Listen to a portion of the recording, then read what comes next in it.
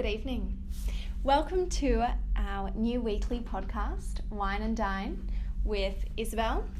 And Joey from Spotcat. We are live from the office, Friday afternoon, 5:04 p.m.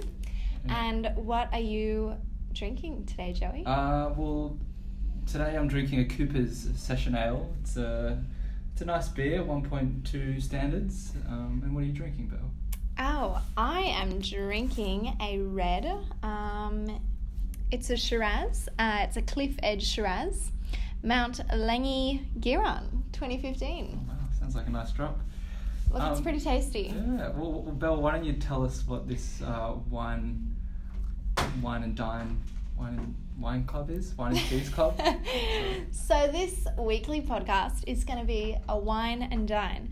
Pretty much we're going to summarise what's making us angry this week, you know? Yeah, we take guest contributors, people can submit their wines and we'll talk about them. We'll put them into the open air and the whole premise is really just to let it out, to let it go. Yeah, and to move on with life.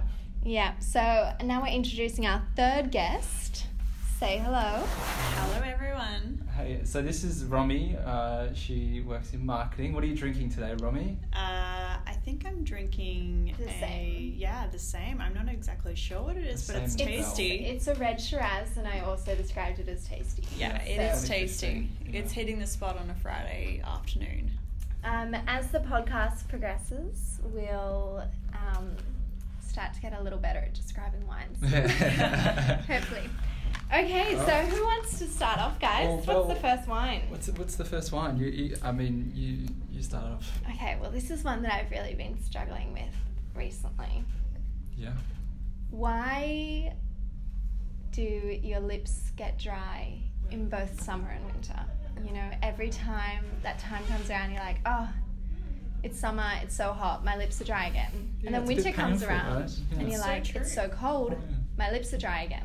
You know, it's not a seasonal thing. Yeah, and then except we associate it with seasons. Yeah, right. There's always that happy medium of spring when everything's blossoming. In check. Spring and autumn really are the best seasons, in my opinion. 100%. But the thing that I don't like about this is that people try to sell you pawpaw, and you put the pawpaw on, and then it actually ends up making it a lot worse, in my opinion. I'm not sure how much scientific facts behind that one. It's a vicious cycle, pawpaw, and I'm vicious. There is an ingredient in pawpaw that is the same ingredient that's in Coca-Cola.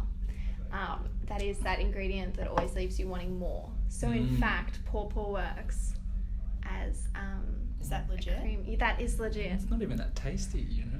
At least Coke's kind of like, that's nice. Okay, that's another one. This leads me to a new wine. It's a warranted addiction. People that use lip balm to get a taste, I find that really bizarre. That have like strawberry lip balm because you're not eating it. It's probably one of those weird Netflix documentaries. There are people eating lip balm or something 100%, like that. 100%. My Crazy Addiction. My Crazy Addiction. I bet you that would be one of them. 100%. I remember watching one of those and seeing someone who had an addiction of eating their couch.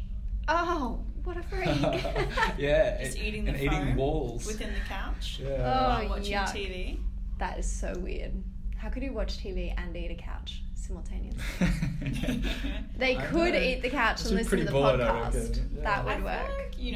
Like, foam would have pretty much 0 calories in it, so maybe it was like maybe it's a new hot thing. Strategy. Are you chewing for ages on this and then working up a hairball, or is it just kind of something you swallow, like chewing gum, or is it a hairball? Are you using this as a foam substantial food? Yeah. Oh, interesting. Foam we might be onto something here. This could become a health trend podcast. Okay, so another wine and dine. Who's up next? I think you've got the list. I do have a list. Yeah, I don't know. You go. I haven't prepared for this. Yeah. Sorry. I've been giving you mine all week. I've only got super trivial wines. That's okay. Yeah. That's okay. Let them out. You can just tell us it's from another person. It doesn't have to be from you. No, I can own it. Okay. So, as you both know, recently moved in with a boyfriend. Yeah. Here we go. And I've started finding little piles of his stuff everywhere. Oh, just clothes, or annoying. is it Just clothes, like nothing dirty, but Underwear? he just kind of like scatters it across the apartment. There's no real organised There's no chaos, order. right? There's There's no no order. order. Okay. There's no order. So, What are you gonna do about that? I mean, I've mentioned to him that if he continues to do it, I might, blow up eventually. And I'm hoping that is enough deterrent for him to start cleaning up after himself. But I don't know what else to do. Look, my brothers once had this issue when we were younger, and they were sharing a room, and one of them kept leaving clothes on the floor. My other brother ended up just collecting them all and chucking them in the pool. Really? And I reckon you could chuck them down at the beach or in the bath. Just to teach him a lesson. Just be like, this is so freaking annoying. I know, but Or maybe little boxes around the house, like little baskets. it's actually even harder because now that he's doing it and I'm getting angry at him about it, I've got to be like, You have to be the on your perfect toes, one. right? Like if I ever make a mistake and leave something out, He's going to call you out on it. he's going to call me out and be like, you do it, so I'm allowed to do it. I mean, I feel like this You're is a in a common pickle. problem for everyone who has roommates or housemates or anything. Just keeping clean, putting dishes around, like... And like the tactic when you're in a share house is you keep the kitchen clean, the living room clean, the dining room clean, but you literally just chuck everything in the bedroom. Yeah. Yeah. Because that's like your space, doesn't need to be neat and tidy. Yeah. But you're in a whole new ball game here. Yeah, I mean, like I had the opposite problem with one of my old housemates where she kept her room immaculate, and then the dining room, the living room, and the kitchen were so filthy with her dishes and her socks and underwear. I was like, oh. With her underwear. Yeah. Undies. Just like Oh. drying her bras and stuff, like when it was wet outside. It was just kind of like, Keep it. keep G-rated. that in Thanks. your room, please. And the mold, you'd probably get mold from like yeah. drying stuff in your house. You were right? offended by her drying her knickers in the lounge room. No, drying wet clothes in your lounge room, right, you get mold. Really? Yeah, that's a thing. Rob got in trouble for it the other day. Did got he? in trouble. He had a house inspection. He was cleaning No way. he was drying up some of his shirts or something like that, and they called him up on it. You can't do that. That creates a lot of mold. Yeah, you're not allowed to. Interesting. You're not allowed to dry stuff on our balconies, Yeah, there you go. Oh yeah, we have that rule as well. Why is that? Is that just so that it doesn't like blow off and kill someone. yeah? On that note though, Death bra. of just little things, correct me if this is something that I really shouldn't be whining about, but I'm just saying, my thing when I was living with 4 other, may I mention, international people, they all had this habit of making tea, which was great. Tea's good. We had an immaculate tea range. Yeah. What are you talking, like a dozen teas or? Just like great teas. What But was your fave? my favourite, well, I actually really got into chamomile. Great tea. I reckon that's For my pre-bed least tea. favorite tea. I agree. Ronnie. That's interesting. Go on. I've also just gotten into green and coconut, but that's a little side note. It's really good. Strange but good. Anyway, point being, they would make their tea and they would leave the tea bag in the sink. Oh. Just for hours. Sometimes days. Why? I'm like, the bin is less than 50 centimetres from the sink. Why? It's like as though they wanted it to dry out and then Yeah. move it into Like the bin. they don't want there to be drips on the floor. I think that's the... Yeah, but I it was know, so but it's just close. Like the bin was so close to the sink. Like Put your legit, just hand put your under hand it. under it. Put it on a spoon. You can like press it against the It teacup was and get all infuriating. And it was one person that did it, and everybody else like sort of started to think like, oh, It's okay. to do that? maybe that's the thing. Maybe you should let the tea bag dry out. That's how it is. And then we just had these Crusty disgusting. old tea bags. Oh, Mm. that apartment was the worst place I've ever lived. I'm Yeah. also witnessing something to whine about right now. Oh yeah, Oh, hit yeah. me. Yeah. The chip bowls at work. What Chip about bowls, them? what, people putting their dirty People hands. putting their dirty pea hands all Dirty over the pea chips. hands. Dirty. Okay, so speaking of this, I've noticed with our nut and pretzel collection, Yeah. somebody's placed a friendly spoon on top of I it. think that's a great thing. That's a passive aggressive spoon, but I will approve the move. You know, we could have done with a little note like, use a spoon. Yeah. Just the spoon. I was like, it's a big ass spoon for Yeah. a small thing of nuts.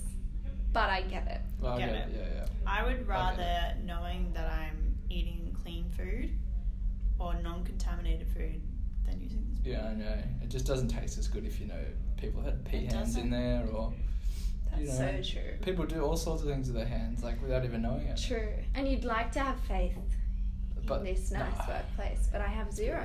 I have zero. I don't know where these people. But like, if we want to What be they an do optimist outside about these these things, workouts. right? Like, it's good to get all sorts of different bacteria in your life and Oh, I'm build a up your huge immune believer. system. Okay, if you find a little bit of mold on your bread, would you eat it? Yeah. 100%. If I didn't have any other alternative, Yeah. I would eat Are it. you talking life Toast and it? death scenario? No, no, or no, you No, mean no, just we're like- talking like Saturday morning, I want some veggie toast. Yeah. Or my bread's got a speckle of mold in it. If I I'd toast like it, it'll try be to fine. get it off. Yeah. You would not like purposely eat it. You just like remove that little bit of Yeah. the square. But like, that's really good for you. That's like a mini vaccination. You know what I mean? Because that's what a vaccination is. A little bit of the disease. Isn't like a few drugs and stuff made from that sort of mold as well? Is it Yeah, probably. I reckon it's fine. some sort of drug? Yeah. I'm just saying, people that are health freaks, like, you know, those kids are always obsessed with hand And the ones that sanitizer. get sick, right? Next minute they have 20 days off school. Yeah, Go figure, go you figure. stupid kids. Yeah, it's a mouldy bread. Honestly, get some mold into you. But there's a big difference between having a little bit of mold on your bread than eating some peanuts that your colleague has touched with his hands after going to the bathroom. Do you know what I mean? Like, that's Yeah. like a That's whole not other bacteria. level. That's just. That's kind of like you just getting violated. Yeah. Well, this brings us to our next discussion And our final about one. what happened at lunchtime Yeah.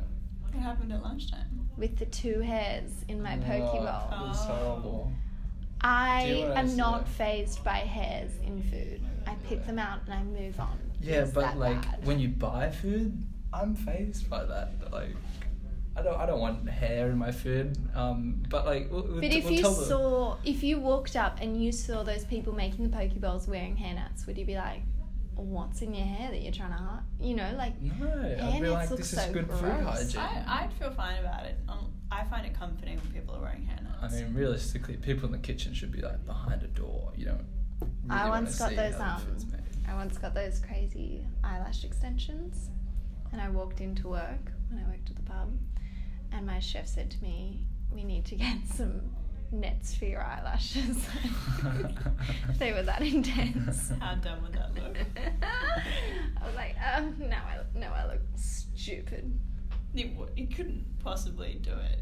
Like, just put the hairnet like all over. It's kind of like the top. Business idea: Actually, eyelash just put the nets. hairnet Eyelash nets. over your eyes so you could like just see through. 100%. Because Copyright 2018. come to think of it, like, the hairs were small. Not so small they could have been eyelashes, but small enough that they could have been beard hair. So, like, you know, Yeah, true. maybe beard nets. Imagine if I had to work in hospitality, it just would not be good. It would not work. For our listeners who don't know who I am, I have a large, sizable beard.